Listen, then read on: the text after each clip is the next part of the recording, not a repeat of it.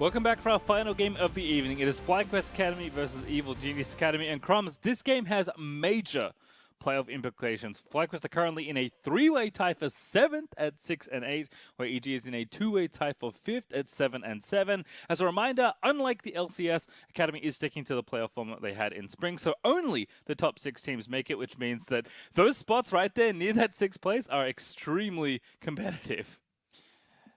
Gets confusing when the playoff does a tie, second place. Just got to win for the teams and for the players. Just win the same game. Thing. Gotta get those wins. Now it feels terrible when the wins are out of your own. When qualifying is out of your own effort or no longer in your own hands. So FlyQuest actually has a pretty tough schedule. Yeah, that's tough. Really brutal. 100 Thieves we just saw look competitive. Cloud9, obviously the #1 team, and CLG still look really explosive and competitive as well. So these are not easy.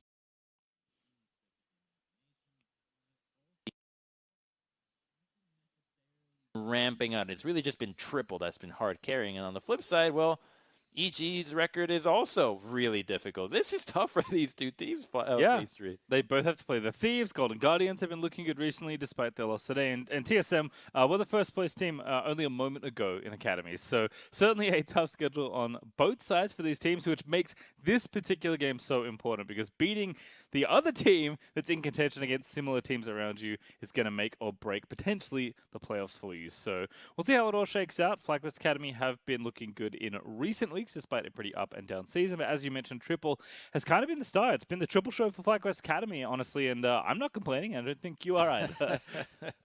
As long as we get good games, I definitely don't complain. And he's been delivering. These are some really impressive stats where they are second or even third in just these categories. It's actually really good, despite him having a pretty varied champion pool. You'd expect these to have a lot more fluctuation. Not the case. Maybe we should make a whole new segment of like, we made one of the players to watch. Well, Triple might have been earning himself a spot in there, especially making a strong case if they win here and do well at playoffs. Certainly a player to keep your eye out on as the postseason approaches. On the EG side, though, things were looking good, even though it has been kind of a rocky split for them, especially relative to their finals appearance. But since Huni left the lineup, it's been very inconsistent mid-games.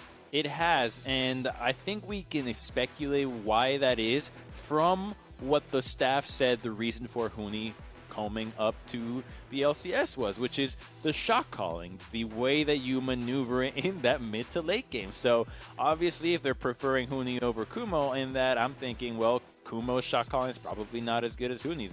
Who would have thought? Huni's been playing for years, and some of those years have been spent with FLYKR. Of course he's going to know how to shot call at least somewhat. So I think that the team is really feeling that hurt, which is forcing everybody else to have to step up in that regard. So it could be a make or break time for this squad to level up quickly or feel the pressure and struggle in there. But they still have the mechanics to get them to playoffs.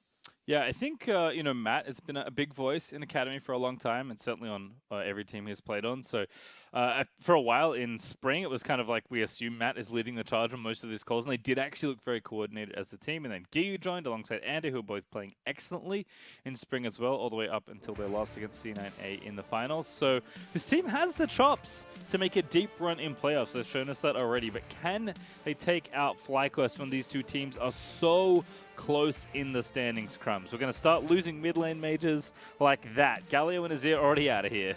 Oh, so I actually think that this red side might be in Evil Genius's detriment. Normally they could save the red side for Kumo's top lane, but Kumo is really just a lot better on the tanks, not the carries. So you'd be giving counter pick to Giyu, who has been focusing most of the split on the blindable mids, whether it's the Oriannas, Karmas, Gallias, whatever it is, just being able to play and pick your champion sooner as opposed to what his Irelia was doing earlier. It could be an opportunity for Irelia in that regard, but the whole composition would give it away by that time, so that it'd have to give it up or lock it in early. Yeah, we'll see. That's kind of what I was going to mention. Like, Irelia did get buffed on this patch, and Giyu doesn't need very many reasons to want to play that champion. So potentially a consideration here is Kalista is the final ban alongside Karma and Galio there for FlyQuest Academy. And Pantheon is joining Azir and somebody else. It's Volibear. taking it away from Revenge and Fnatic, who've both been playing quite a lot of that champion this split. First pick. Also, I don't believe it. There we go. There's the set. What happened? Last week it was Ezreal every game. Now it's Set every game. We need some consistency here. Well, consistently picking Set a lot today. How about that? As EG Academy going to try and line up their next 2 picks, or their first 2 picks, I should say. Set is the power pick choice for FlyQuest Academy, but Twisted Fate left open. Certainly not feeling the hurt too much on these nerfs. It's what I suspected. It gets nerfed a little bit, so people are like, oh, yeah, it's not that strong, and let it go through, and then he can do whatever he did earlier, which is weakened in the early game, but we just saw what he can do late game in that last game with Immortal. So Twisted Fate and Ashe, deadly pick combination, but you get a ton of value from a Cleanse, a QSS, or Merc Tread, so FlyQuest can definitely draft around that. Champions that will have an easier time running those summoners or itemizing those builds. Ooh, it's this one again. We have seen Sylas pop up as a counter pick to Twisted Fate.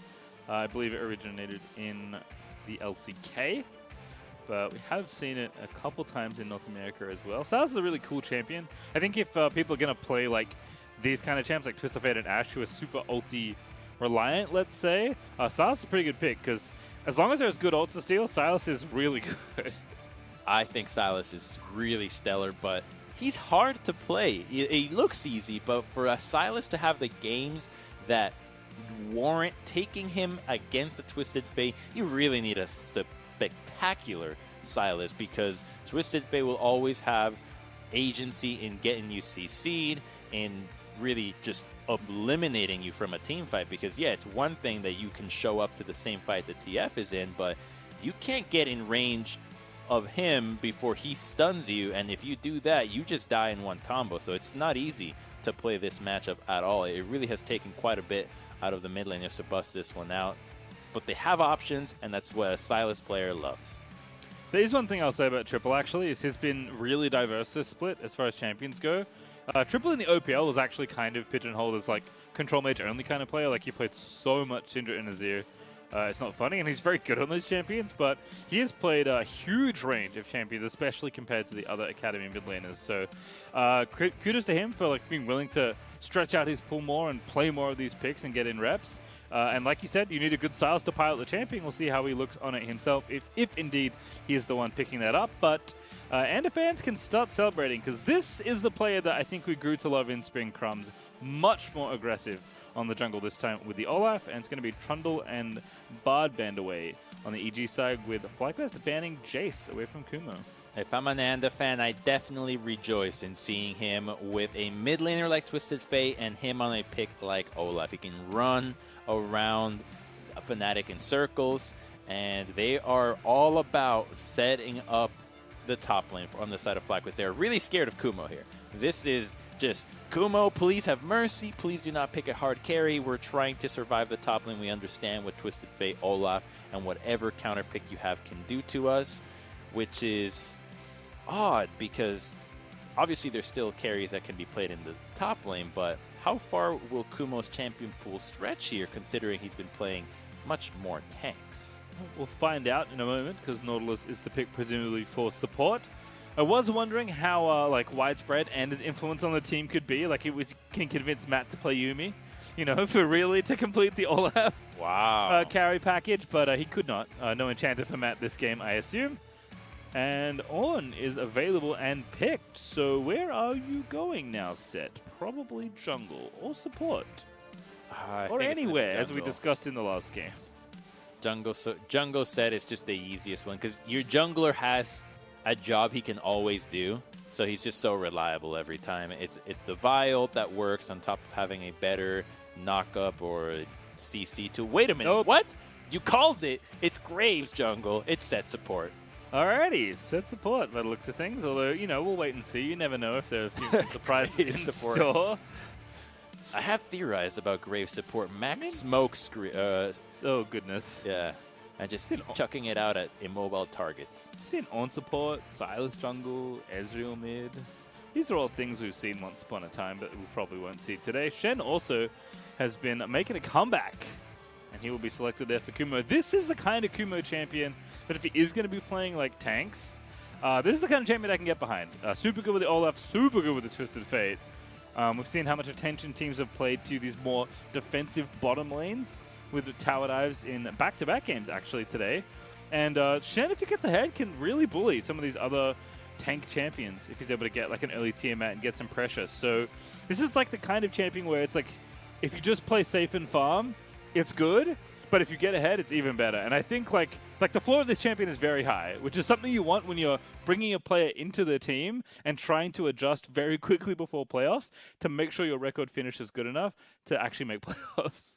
I agree. The floor is high here because I wasn't too thrilled to see the Shen as a tank, but if you're going to pick a tank, he's the best you could have for synergizing with what you already have, like you said with the Twisted Fate Global, helping out the Olaf get in there, but also he does deal a lot of damage, surprisingly. That is one of the areas that Shen truly shines in, dealing more damage than a lot of tanks, and he just got some recent buffs, so who knows just how good he is right now. I think Shen damage though has to come with a caveat, because Shen actually has only one damaging ability, I believe. I think it's just his Q. Though. It hurts a lot. It does hurt if you can get the pull-throughs with the sword and position things correctly. So Shen on the surface seems like a very straightforward champion. Shen in reality is actually quite challenging to play well, especially at a high level. But if you can do it, Shen can be awfully oppressive, both in the side lane, potentially in his 1v1s, and certainly around the map with the ultimate and his teleport being used to just zip around everywhere. So this is a pick that I'm excited to see more of. We have seen it a bit in the LCS. We'll see how Kumo can do it here on EG, as it was one of their last picks. But we are stepping away to build game delay once again. But when we come back, we'll have the game from the beginning.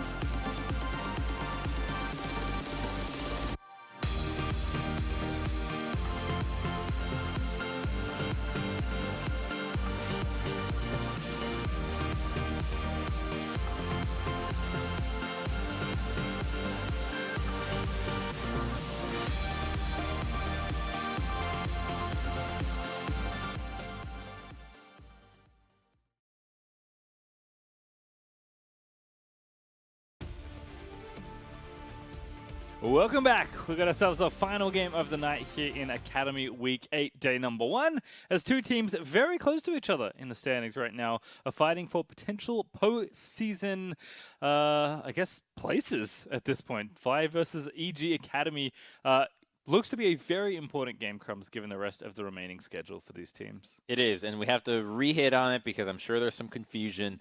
Not an 8-team playoff bracket. It's the old one, 6 teams. So top 6 is where it's at.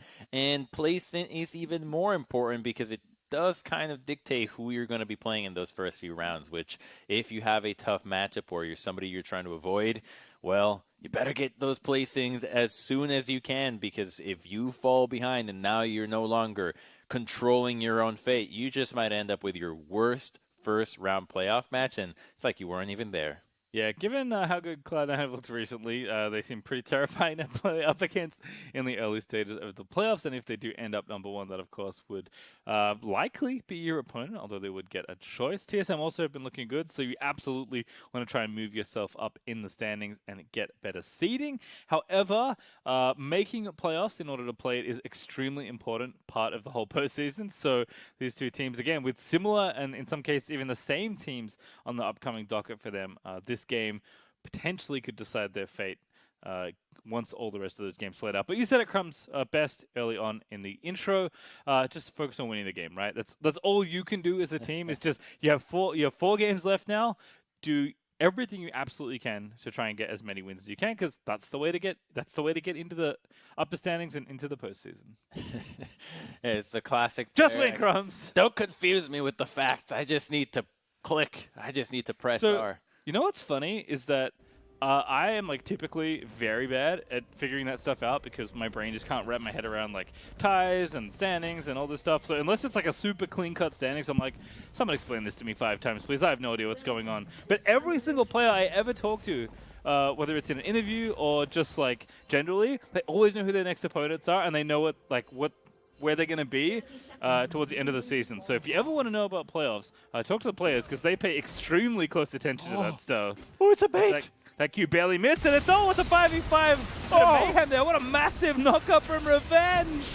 Gets him into the wall. Matt's going to go down for first blood, and second blood's on the menu as well. No, I take it back. Everyone's walking away. FlyQuest will take their first kill and be happy. What a beautiful level 1. Mash pretending to be a little deer in the headlights. Oh, who am I? Oh, I'm just a lonely Ezreal here. Please don't engage onto me. Surprise! The rest of the team is here. Yeah, look. So it's a 4 and invade. Shen's not even here. And then it's like, uh-oh, we spotted too many people. Olaf didn't see anything, and it's already too late. Wow, what a move by Revenge. Such a Chad play. Flash charge. You rarely see that level 1. Didn't have his little pillar, didn't need it. There's plenty of wall around them as Revenge is able to help his team secure that first blood. And it's going to be Fnatic off to oh my god, here's a longsword to start his jungle path thing. That is just gross. It's exactly who you want the kill on. Gets to shop right away. And Graves is a really tough matchup for Olaf to play into. The smoke screen just ruins his day. The Graves can just move around. It's very easy for him to get away from Olaf as well, having that phase rush, the Nimbus cloak on top of it. So this could be the beginning of FlyQuest just having a commanding game because they didn't even commit many summoners that will really bite them here. Set still can play around with the Hex Flash, and Revenge is going to be playing weak side anyway. So I think that they can be very happy considering they got more summoners out of EG than they expended for that play. Yep, Revenge finally level 2, so going to make things a little bit easier on himself as far as trading and picking up farm are, but still kind of at the mercy of this counter pick here for EG, which is Kumo's Shen. But as much as we talk about how Triple has been kind of the recent star of the FlyQuest games, especially their wins, Fnatic has often been the barometer by which you can measure FlyQuest performance because he is very hot and cold as a player, and this is a hot start for a jungler like Graves. So if you're a FlyQuest fan, you're looking at the jungle start saying, hey, probably got this one, because Fnatic is a player that when he's got momentum, feels pretty unstoppable. And this is the champion to feel unstoppable on, getting that kind of a lead as a Graves. This is a dream start for him. So we need to see him deliver. He usually does on these picks, but it's not like it's going to be particularly easy against the global threat that EG does. I'd love to see them attempt a dive here onto Revenge after that earlier trade. Looks like they're going for it. No more Q out of him. Will he try to risk it for the biscuit and CC them under turret? It looks like that's what he's going for. You don't need to wish crumbs. Here comes the dive. Giyu going to line up the gold card. Here comes the TP in there, and Kuma's just going to dash out of there with the taunt. So Triple is going to cover his top laner, but they maybe can go for it again as Revenge is desperately trying to get this wave pushing. Is going to spot Giyu in the river as well as Triple takes down the Scryer's Bloom, and he's back to lane with no harm done as Fnatic already got that Skirmishes Saber finished very quickly through the jungle here, and a second longsword to join the first tier board at level 1. Okay, what is Graves up to now? Because he can go into just full power clearing mode, path down to the bottom side, and make sure that he can get those early Drakes stacking, but they also have a lot of scaling options, and he no longer needs to really protect his top lane since he can just TP back to this lane.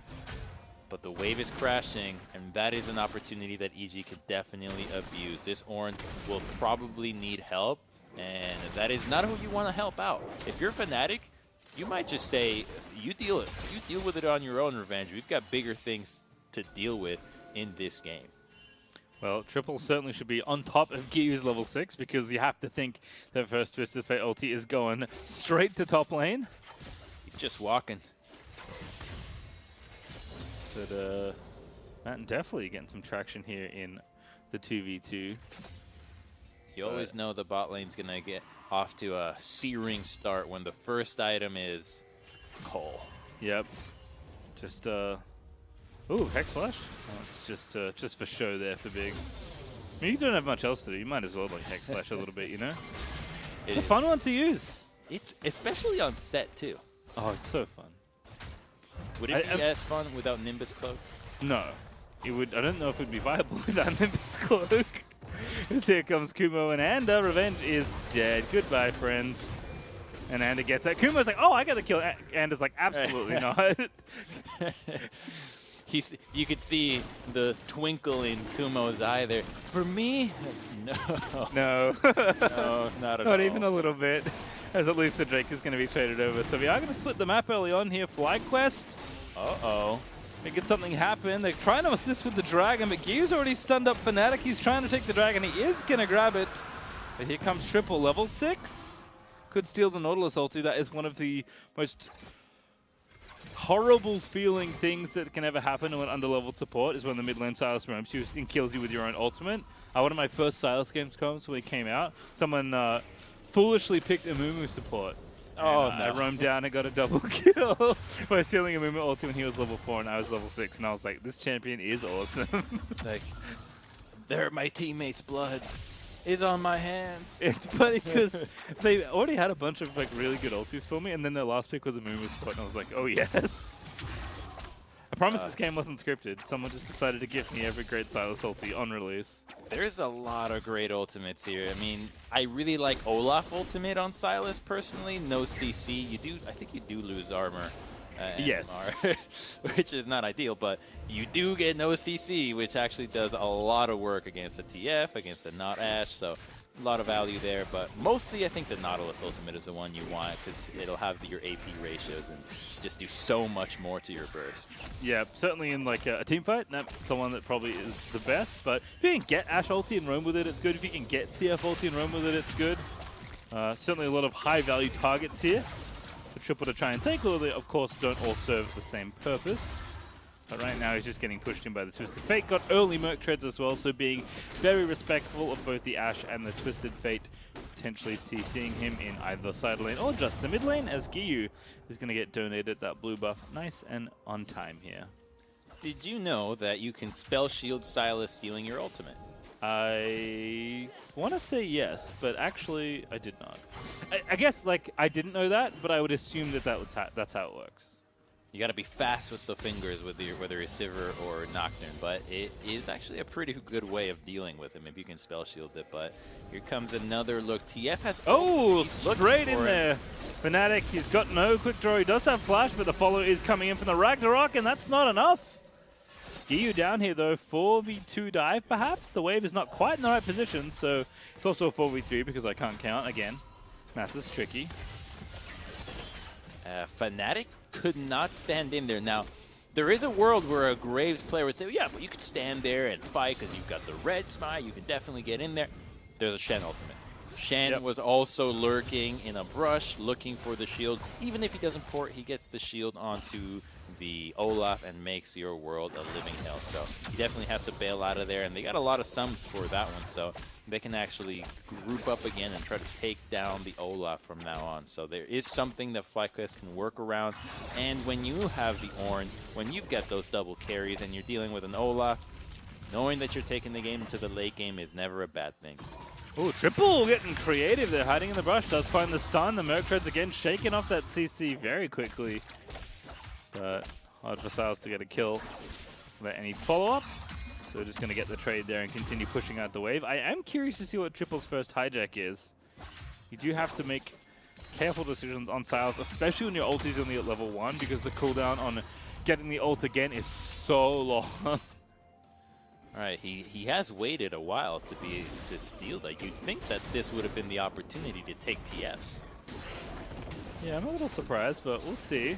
I'm going to go back at that lost chapter. TF to already finish off that Rod of Ages, so Q's having a great time with that passive, giving him a little boost of gold. Also, Silas has to itemize pretty defensively here to not eat the pressure of Twisted Fate plus somebody else, typically Olaf. So Triple is being respectful of that possibility. Also having a swap here to the top side because it's time for the Herald. We don't see this one as often because everybody is so hungry for those Drakes, but the Infernal Dragon is not on the way for 55 seconds, so we've got a party in the top side for this Herald, but FlyQuest came early and started eating all the snacks crumbs. There's the hook from Matt. Ooh, Dunkaroony! Gonna look for it there on the set. The Ragnarok pops! He's just trying to get out of there. The FlyQuest already got one. No, it's Big actually that goes down. Is definitely able to get the kill on the Mash, and Fnatic is going to die to Giga, but EG still trying to fight out of there. Revenge going to go down to Deathly, and that's an absolute disaster for FlyQuest. Oh, disaster is definitely the word for that play. 4 for 0, 4 for Herald. You're not even guaranteed gold on that one. We don't even know if they're going to be able to pop it and get anything from that. So the fight was clutchly saved by the Shen ultimate because they thought they were going to be able to take out the Olaf. They commit so many resources to that initial fight, and when they don't get anybody, it's just easy for EG. They also get a dragon for that, so you can add that one to the list of the things that FlyQuest lost from that earlier fight. And I have to wonder, what was the call? Because it looked like Big was focused on fighting before the team was ready to take an actual fight. They were still finishing that Herald. Fnatic here onto Kumo, Spirit's Refuge up, and I think that's going to call off that play. So Anders is going to go ahead, finish off this Dragon, equalize the Drakes here as EG will grab that Inferno, and it is going to be Cloud Rift once again, which is Olaf's favorite, I'm going to have to say. He just wants move speed. I mean, Olaf and TF both love this Drake. Okay, let's see how this played out, because, yeah, Big is like, yeah, let's just go in, use his E right away, and so the carries, the damage dealers, aren't here yet. By the time they're ready to dish out any damage, Big is already dead. Matt and Olaf get to live, and then it's just so easy for Deathly, Giyu, and Kumo to clean up everybody else. You might have everybody in the same little screen, but if they're not attacking and using spells at the same time that you are, you might as well have been fighting without them. Yeah, just great ability usage for FlyQuest, and it doesn't feel like they were on the same page necessarily. So as a result, EG are actually up 2,500 gold, which at 12 minutes is extremely significant. I think TF has a small part to play in that lead being a bit bigger than you might expect, but Deathly's off to a roaring start. They are going to lose this top lane outer tower at least. Kumo in a 2v1, even with the Tiamat, can't compete with the pushing power of this Ezreal. And Fnatic's here as well, so Kumo's now just going to have to walk away. Otherwise, he's going to get himself killed.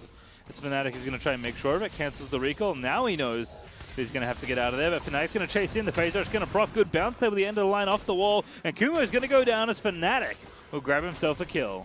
Okay, they get something on the board. They're going to get that turret too. It's in fact going to be the first turret of the game for FlyQuest, so they are getting something here. But that earlier fight will have to be a long climb back up. It's the equivalent of a Baron throw. It's just too early to actually lose the entire game off of it. Yeah, gold-wise, looking better now that they've taken that first tower. It's under 1,000 now between the two teams, but definitely Matt looking to trade onto this bottom outer tower. I don't think Revenge will be able to hold 1v2, but he's 2v2 right now. He's got Big behind him. Gonna bail his breath down the wave and be just fine as Giyu goes ahead to collect his second blue buff of this game. And Triple's still working on that first item. Has been pretty significantly delayed. He's got the stopwatch, which I think is from his runes. But these double Dorans and his Merc Treads that he had to buy to feel safe in the lane. I mean, he's ahead in CS and probably has some gold to spend, but feels like Giyu's just been out of the map, ready with these boots in this Rod of Ages for just a few more minutes than Triple's been able to have influence with. And again, I don't think we've seen him grab an ulti just yet.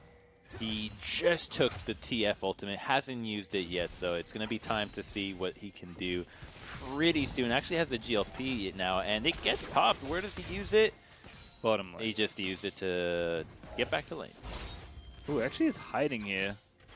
Triple has the GLP ready. Ward's going to get turned up, but I think they spotted him, so no surprise attack here on Deftly and Matt. Triple just going to go ahead and clean out this wave. Just fine. He can play side lane a little bit now. Definitely Hextech items are pretty popular on Sylas. Often see Protobot, but GLP also very good. That'll help him chase down a lot of pesky targets here, not only with their slows, but I imagine he's probably running Bloodline Tenacity here. I can't imagine any other if you're running the precision tree here against how much CC EG has. It's what's going to allow him to continue to chase and stay alive in these fights. So there's going to be a lot to be done with that GLP in sticking close to the EG members once the team fights are in their favor. And that's going to be pretty soon, though, because the tanks from FlyQuest can just build a few items. You know, the Stone Plate comes out of set, and suddenly he just turns into a huge tank out of nowhere. And once that happens, Triple's going to have a much easier time joining in the fray. Response here for FlyQuest, though, TP in as well. GLP is really nice when Triple steals the Nautilus ultimate. It does going to get Giyu as Revenge is down here, going to let it fly. Oh, he gets interrupted by Matt, I think. And the follow-up isn't there, and they're able to take down Big, and that's a tragedy for FlyQuest here as EG respond in kind. They went so hard to try to take down the Olaf, but he had the Shen ultimate, the rest of the team was there, and now EG is just putting the final touches here on this game, it feels like, because this was FlyQuest's best attempt at a fight. Thus far, we haven't really seen them go for anything, and here's where they committed the TPs, where the itemizations were completed, but EG had an answer for everything, and the set ulting the Olaf, I think, was the one that looked like, you're never actually pulling this off. He just ults and walks out.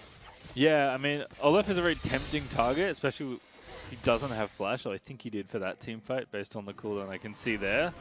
Because, you know, he does get weaker when he pops Ragnarok, but unfortunately he's got plenty of protection here with the rest of EG around him, and Revenge getting that ulti, like, push cancelled. One of the big reasons that team fight did not work out. Triple looking for the CC. What a sidestep from Giyu. Well, he's got some moves there, ready to go to the dance floor. I mean, if you're playing Twisted Fate, you have to be ready to go to the dance floor, because that's all you have, man. That's all your defensive tools is just being speedier than the other guy. Your movement has to be so good to play this champion. All I've got are my dance moves. Don't take them from me. Teleport in from Kumo, protecting this dragon. So going to go uncontested by the looks of things. FlyQuest did poke their heads around the area, but not safe with Kumo here. Not really a fight they're willing to take. That gold lead has started to grow a little bit out of control. Close to 4,000 gold ahead now. Still pretty early into this mid-game for EG. And it's good for EG that a lot of that gold is on Anda's pockets. The Olaf is definitely a champ that can carry here with the tanks and short range of FlyQuest. Normally, if it'd be control mages, you'd be less preoccupied about how fed the Olaf is, because you can always keep him at bay, but there's at least 3 targets that want to get in the face of Olaf to team fight, and that is exactly where he wants him. Now there's going to be an Ash Arrow, so there is another playmaking tool that FlyQuest can use in their efforts to stay in this game. Yeah, we'll see if Triple can find a snipe. Looks like he's wanting to hunt the side lane perhaps, but Giyu backs away after pushing that wave. He's coming in pretty close to finishing that Lich Bane. So he's going to be a very potent threat in the side lane, as well as both duo lanes are busy clearing out waves here in mid because they're trying to protect this central area of control in the map. And Kumo is just been having a chill game, man. He's got 1 death, but you know, he's got a Titanic Hydra. He's just kind of been farming up. He's very far ahead of Revenge as far as the CS goes, and it's just all chill. You know, he ultis in Ando when he yells at him to do so. Other than that, just playing side lane Shen, man. It's a great time. That's what I love about Shen. He's, I think, the chillest of tanks. First of all, his mouth is covered, so he's not saying anything unlike the other tanks. It just reinforces the Zen ninja aspect of him, where he's just chilling there doing his thing.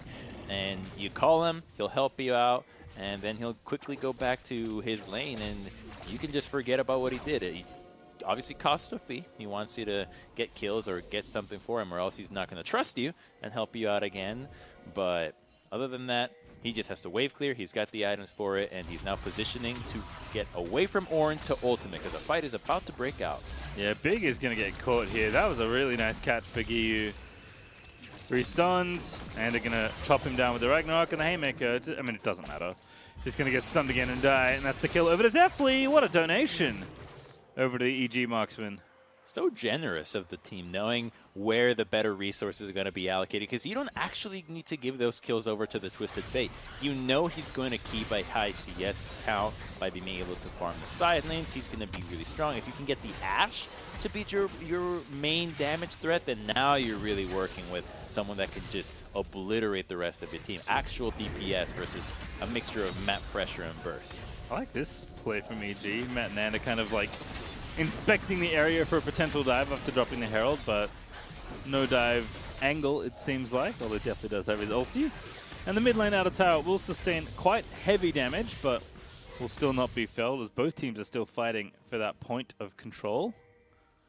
But EG just in a very comfy 1-3-1 right now. I would say this is even easier than what how Immortals were playing out that last game, because you have an extra global here with the Shen.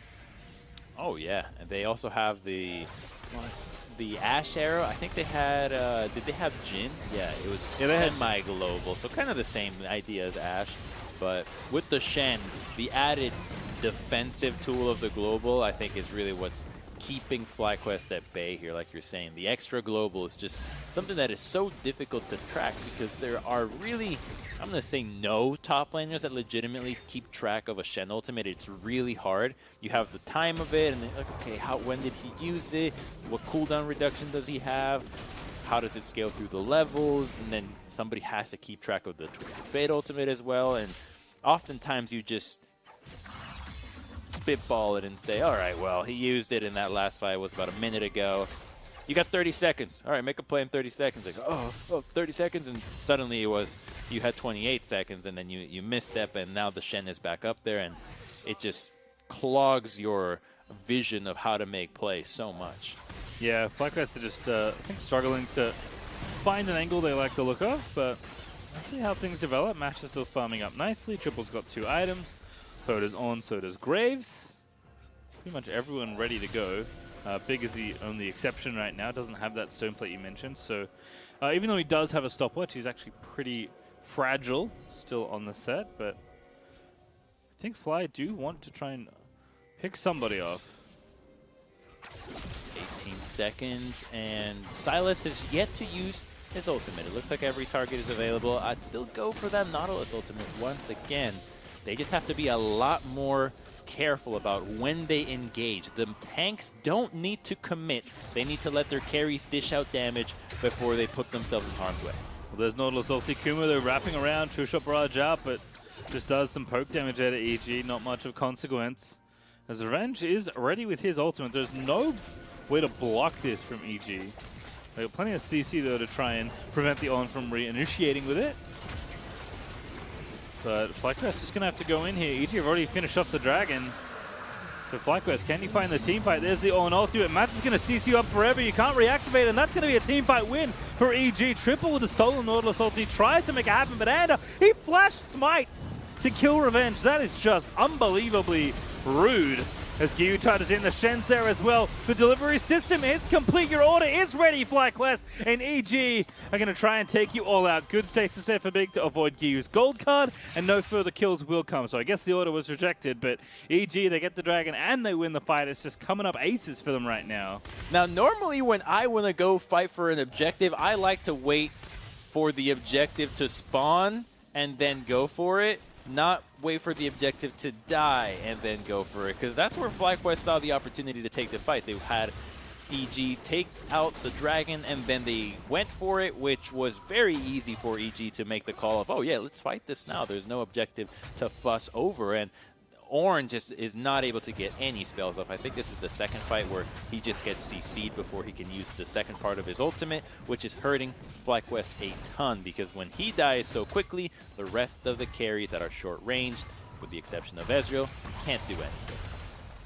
Yeah, I wonder if FlyQuest needs to, maybe pick longer avenues there. It's tough in the situation that we're in because they had no vision, really. EG did a good job of turning that all off before the objective started, so timing can be a tough one, but FlyQuest need to try something, right? It's getting to the point where it feels like this game is going to be very tricky to find a way in. Not just because EG are up, almost 5,000 gold at this point, but because they are playing such a potent 1-3-1. This is the kind of comp where once you start falling behind, if the enemy team plays well, it feels like you never had a chance to get back in the game. Exactly. It feels like they can just strangle you out, and even though your composition should have been stronger in the team fights, because they're ahead, it becomes really tricky for you to actually take a fight. This could be an opportunity for them to look for something. They have a 3-on-3, but Shen Ultimate and TP are available, and they'll just back off from it. I think a big person that has to step up here is MASH. We need to see early poke stick onto the members of Evil Geniuses. That will make a big difference in these fights where they can feel confident in actually taking out members of EG, Olaf Ultimate, and Smokescreen to walk away. Yeah, and then maybe didn't need to use the ulti, but certainly erring on the side of caution there. 4-0-3 worth 400 extra gold. I guess I can't blame him. But he's closing in quickly on a death stand, so this is full carry Olaf right now for EG's jungler, and he has looked awfully good on this champion, as Kumo has been the quiet star of this game, I think I'll say. And it certainly helped him out in the early game, but he has just taken over this top lane. Revenge going to try it here in mid. Again, the Nautilus ulti out. Not quite the timing you wanted to interrupt it. The mid tower will fall down, but it's a 4v4 in mid. And now it's a 5v4 because Kumo's here and someone's already dead. Gyu is straight into the middle of the team fights onto Matt, but he is going to go into stasis. What a bait there from the Twisted Fate, as Matt is going to get himself low, but not out. And EG, once again, they just keep winning these fights. And they don't lose a single member in that fight. It is so easy for them, it seems, to keep these tanks alive, whereas Big and Revenge just get bodied. Combined 0, 9, and 2 thus far. They have not caught a break. And I think in big part, that fight didn't even look like FlyQuest knew that they were going to fight. They were just chilling, trying to take down that mid lane turret and figured, well, Shen's down there. We have everybody here. Can we take the fight right away? No, you cannot. These tanks are really strong, and Shen in particular is so deceptively tanky, especially with the Twilight Shroud. Let's see how it all started out, because Matt was already at half HP before this started. The Ornn ultimate comes out. He actually lands it. Does take some turret aggro from using that right away, but when Big gets killed right away and Shen joins the fight, it's already over. Yeah, I mean, Kumo, look at him. He's just deep into the backlines already. Gyu with a very heroic ulti in the middle of the team fight to ensure the carries could not re-engage. And EG, much like Legolas Crumbs, they do not miss. They have just been flawless in these last few engages. 25 seconds out of the Dragon Soul is up. Yeah, his bow is enchanted. He literally could not miss. He's hacking. Wait, his bow is enchanted to never miss? I think that was the reason, yeah. He's also like really good at archery. That's... What? That's cheating. Is it? If the bow is enchanted to never miss? I think that was true. That's an aim hack. I think that's true. I'm not super well versed on my Lord of the Rings lore, if I'm being completely honest with you, but I believe that's true. Someone on the internet is going to correct me very rapidly if that is not true. But there's the Soul Dragon over to Evil Geniuses, so let's focus on the task at hand, which is take the Drake and the Baron, and then go to the enemy Nexus, and finish off this game, because EG are just looking so good right now. I don't know, task at hand for me was still like, okay, do the orcs know it's enchanted? If they do, how are they fighting this? What strategy are you just building? hope he runs out of arrows. Right. It's a battle of attrition, Crumbs. Exactly, okay. Right, starve off the resources. So there are ways to play around it, so there is some hope there for EG then if these arrows are never going to run out or miss. All right, well, Baron of power play, though, is getting pretty scary. 3,000 gold up already, looking to knock down some inhibitor towers. Giyu working on the 1v1 situation here, but it's actually not Twisted Fate versus Ornn, it's Twisted Fate versus the enemy tower. Gonna try and ignore Revenge for as long as he can. Kumo, though, is not ignoring triple. Kumo is, like, disgustingly powerful. I mean, it's already worse now that he has Baron, but, like, he can't actually kick this Shen out of lane. And if you engage on the rest of EG, Shen teleports to his teammates. And even if he doesn't teleport, he gives him a big shield. And you're losing all of your inhibitor. I don't know what to do here. This is really tough. EG just pushing in every side of the map. Okay, you got 11,000 gold down. You're not really picking on the Shen. You don't have the tools to actually take him out. So I think the fight should have been a little bit earlier for them. But the good news is that they still have items coming in, right? They're really far behind in the itemization. So they just need to power farm and stave off this Elder. I think they survived the Baron power play. It's good that they didn't even lose the game here. So an Elder fight could be everything for them if they can just swing that one. And the big thing will be if they can itemize to take down the front line, because at this point you're never killing the back line. You need to kill the Shen. You need to kill the Olaf. Have them run in. Keep your tanks alive. Don't have them try to dive anybody. And that will give you the best chances. All right, well, whatever FlyQuest are going to do around the next moment, they have to do it quickly because EG have all of this space. This is like the dream scenario for Shen Twisted Fate, right? Like, the map is completely open. You have obvious angles of attack. You're ahead in objectives. You're snowballing the game beautifully. Like, this is where, like, that kind of, like, oppression and that sinking feeling of 1-3-1 comes in, right? Where, look how far Giyu was, like, literally near 5 other champions. He's like, yeah, I don't mind. He shouldn't mind, maybe, though, ghosting out of the way. Run, my friend. Ooh, gets clipped still, but he's fine. Does have to flash, though. He did. He's okay. But I mean, that's the amount of confidence he's playing with. Like, he's in a spot he should not be in, and he's like, I'm pretty sure this is fine, based on how everything else is playing out. He's telling FlyQuest, come at me, blow resources on me, and my team will make sure that we get something in another part of the map. They continue to pressure them down. There's the Shen and the Ashe Nautilus just closing in on the blue side jungle. It's lucky for FlyQuest that there's no major objectives up, but they feel strong enough that they don't even need those objectives as a reason to fight. They're just sieging up.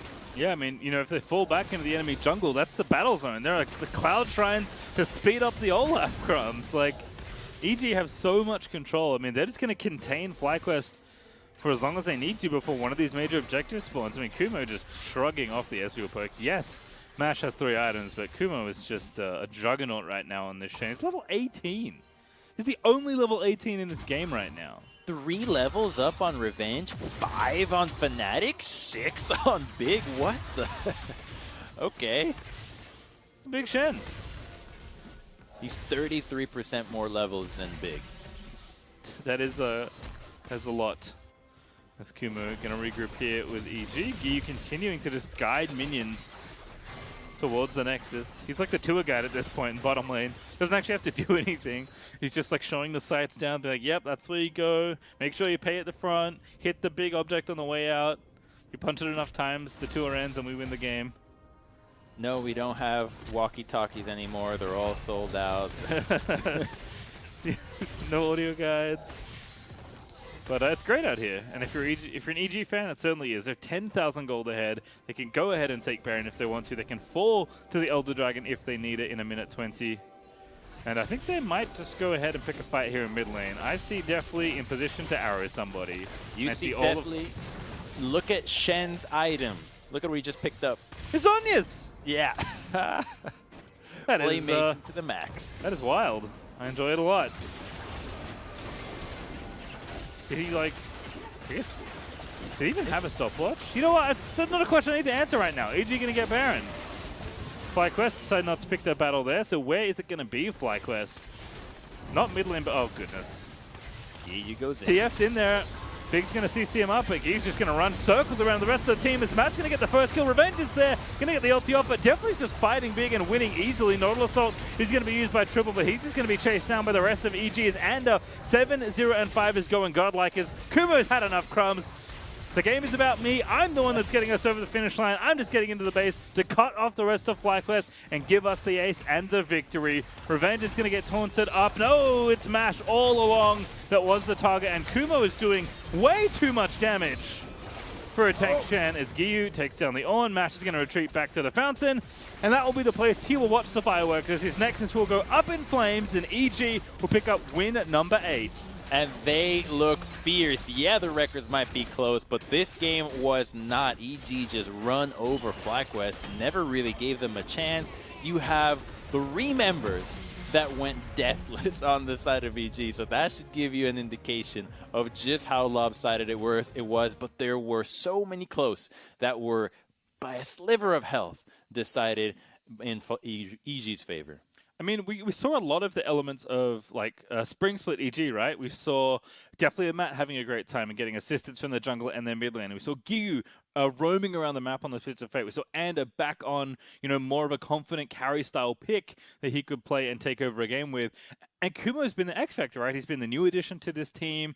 He hasn't looked, the team hasn't looked as coordinated with him in the lineup, but here, looking very good on the Shen. Like, honestly, as good as Olaf's scoreline looked, and as much work as Giyu and Ander did together, I think Ander just giving a little bit of assistance with that gank top lane just let Kumo completely take over this game on the Shen. I really agree, because what I feel is that Kumo's earlier champion pool of just hard tanks wasn't really fitting into his development of trying to help the team a lot more, whereas the Shen really allowed him to not only give you what you want from him as a tank, but also help out everybody else in a much more consistent fashion. All right, we are going to head to a break before we wrap out the day, so meet us back here in just a few short minutes.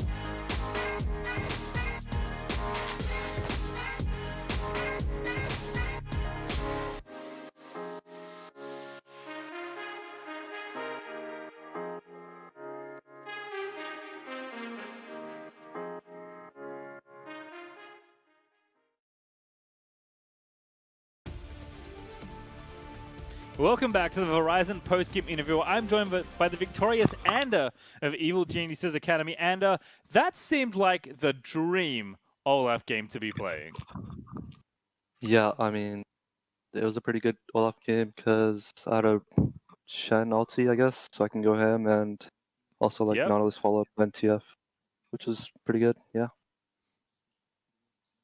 I will say that like this does strike me as like more of the spring style that the team was playing. Kind of what's been happening with EG as you've been going back and forth throughout the split, trying to figure out how you want to play and how you want to integrate Kumo into the lineup. Yeah, definitely. From our spring split, like our team identity, we has pretty much only played towards bot side, but now in summer split, we kind of wanted as a team just to be able to play around all the players, top, mid, jungle, whatever. And yeah, I think playing with Kumo instead of Huni, or I mean, yeah, instead of Huni has been interesting because Huni's obviously um, has a very distinctive playstyle where he always wants to play aggressive, and Kumo also wants to play aggressive, but he's also down to play for the team. Yeah. I mean, oh, go ahead. Sorry. Oh, so it's interesting to me, like, yes, it's obvious, like, the playstyle differences and that Kumu is maybe willing to be a little bit more selfless with how he picks. But we've heard a lot also about Huni and how much of a teammate and how much he communicates. Is there any difference there, kind of trading those players and having to have Kumo maybe learn the systems or learn the communication that this team has versus the LCS team? I think just the only thing or the big thing would be that Huni brought a lot to like the mid late game shot calling, which with Kumo it's not as much because he's not as experienced, I guess, as Huni, obviously. So players like me and Matt have to step up a lot in those mid game and late games shot calling, and I think we're doing a better job of it as of recent. Yeah. Yeah, it certainly seems like games are cleaning up. But just kind of last question for you before I let you go.